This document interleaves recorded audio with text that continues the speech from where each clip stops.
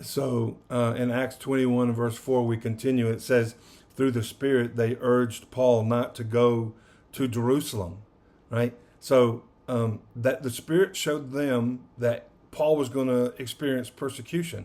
Well, they didn't want Paul to experience persecution. So the Spirit showed them that he was going to experience that persecution, not so that Paul would wake up and say, oh, well, maybe I shouldn't go. Maybe I should just stay here. It's better if I, I'm sure someone else will take the gospel and someone else will do this. I think I'll just stay. That's not why the Spirit showed these people that Paul was going to experience persecution.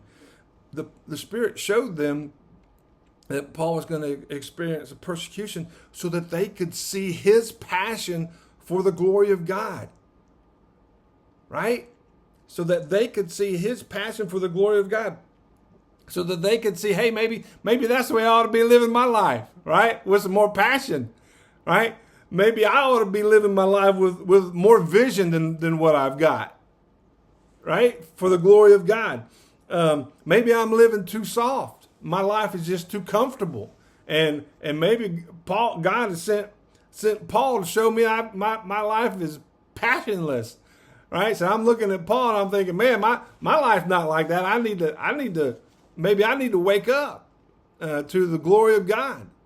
And so listen, I've had a lot of people, when I tell them I'm doing a mission trip, they've looked at me and they said, well, why aren't you going to Africa for?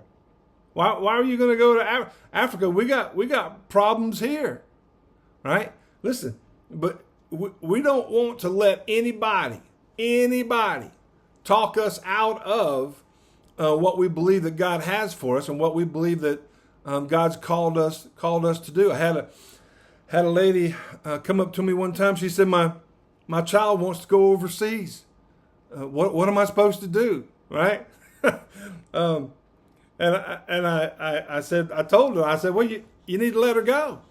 You need to let your child go. God's working in your child's life, and your child is responding to the glory of God, to God moving and stirring their heart.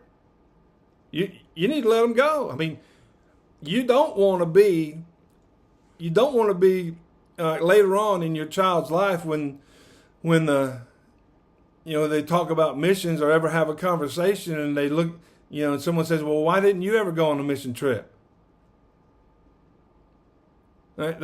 The parent doesn't want to be the one that their own child points to and says, well, that's the reason I never went, because my mom and my dad said it's not really safe to go overseas. It's not really safe to go on a mission trip. So listen, here's old Paul here going to Jerusalem on his way. I think he's in Tyre at this point. Verse 3 says the last city that's mentioned, and he's in the city of Tyre.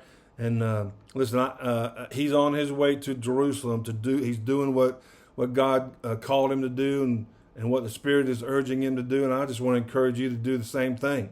You're walking with God, you're reading God's word every day, and you're going to a healthy church, and you're involved in healthy discipleship relationships, and God stirs your heart.